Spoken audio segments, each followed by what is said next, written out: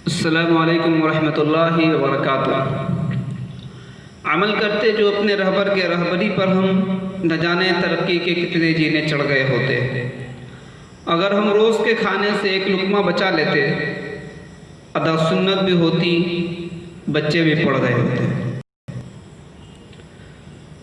अल्लाह के नबी सल्लल्लाहु अलैहि वसल्लम की सुन्नत है कि जब तुम खाना खाओ तो दो लुक़मा कम खाओ। ये अल्लाह के नबी सल्लल्लाहु अलैहि वसल्लम की सुन्नत है। उसी को शायर अपने अंदाज में कह रहा है कि अमल करते जो अपने रहबर के रहबरी पर हम न जाने तरक्की के कितने जीने चढ़ गए होते। अगर हम रोज़ के खाने से दो लुक़मा बचा लेते, अदा सुन्नत भी होती, बच्चे भी पड़ गए होते।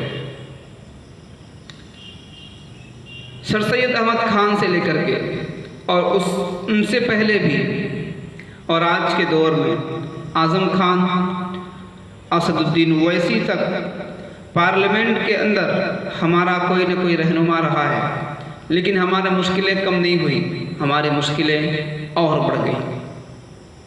हमारी मुश्किलें क्यों बढ़ गई कि हमने ये सोच रखा है कि हमारी सारी मुश्किलों का हल हमारे सियासतदान, हमारे विधायक, हमारे सांसद, हमारे नेता, हमारे सभासद, हमारे गांव के प्रधान हैं।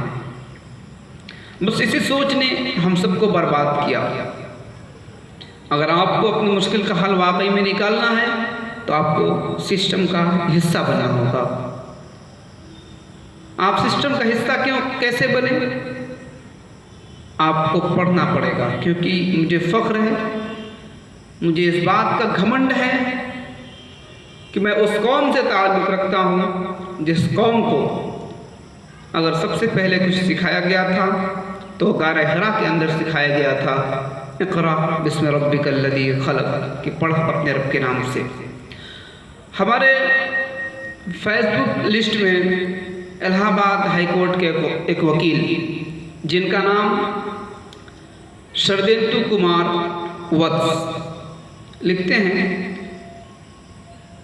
एक सवाल लिखते हैं फेसबुक पे कि मैं मुस्लिम समाज से पूछना चाहता हूँ कि क्या कुरान के अंदर सबसे पहले नमाज फ़र्ज़ किया गया या तालीम यानी कि इल्म फ़र्ज़ किया गया? शायद उनका सवाल हमारे जले पर नमक छिड़कने का काम कर रहा है। मैं बहुत मुबारकबाद देता हूँ शरदेंदु कुमार वत्स, एक वकील हैं, अच्छे वकील हैं। मैं उन्हें मुबारकबाद इसलिए देता हूँ कि उन्होंने हमारी आंखें खोली, अपने दिल के जज्बात और एहसासात को इकट्ठा करें। मैं वही सवाल आपसे करना चाहता हूँ कि हम नमाज के ऊपर इतना फोकस देते हैं, इतना फोकस देते हैं कि कुछ कहने की हद नहीं, और देना भी चाहिए। क्यों न दे नमाज? क्योंकि ईमान का सबसे पहला हिस्सा है, लेकिन उससे पहले आपको पढ़ना भी पड़ेगा।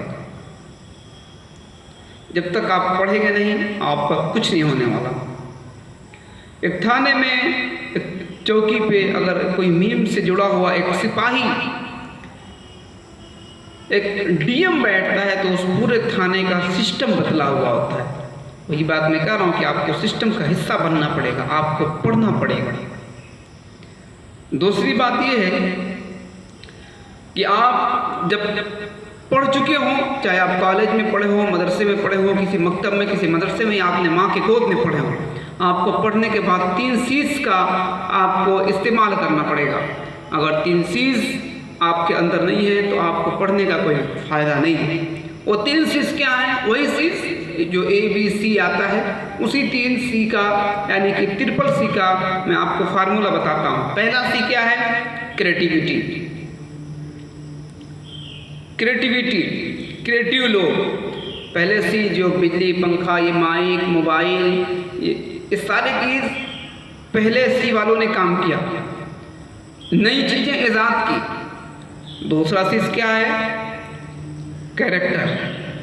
आप पढ़ने के बाद आपका किरदार क्या है, आपका कैरेक्टर क्या है, ये बहुत ज़्यादा मायने रखता है कि आप किस रुख पे चल रहे हैं। ये दूसरे चीज़ वालों का काम है। अगर दूसरा चीज़ आपके अंदर नहीं है, आपके अंदर कैरेक्टर नहीं है, आपके अंदर आपका किरदार नहीं है, तो आपका पढ़ना बेकार। तीसरा चीज़ क्या है? कॉन्फिडेंस, एतमाद। अगर आपको पढ़ने के बाद अपने आप पे आपको भरोसा नहीं है, एतमाद नहीं है, कॉन्फिडेंस नहीं है खुद पे, तो आपको पढ़ने से कोई फ़ायदा नहीं है। पढ़ने के बाद ये 3 चीज़ आप पे लागू होता है कि आप उसका इस्तेमाल करें।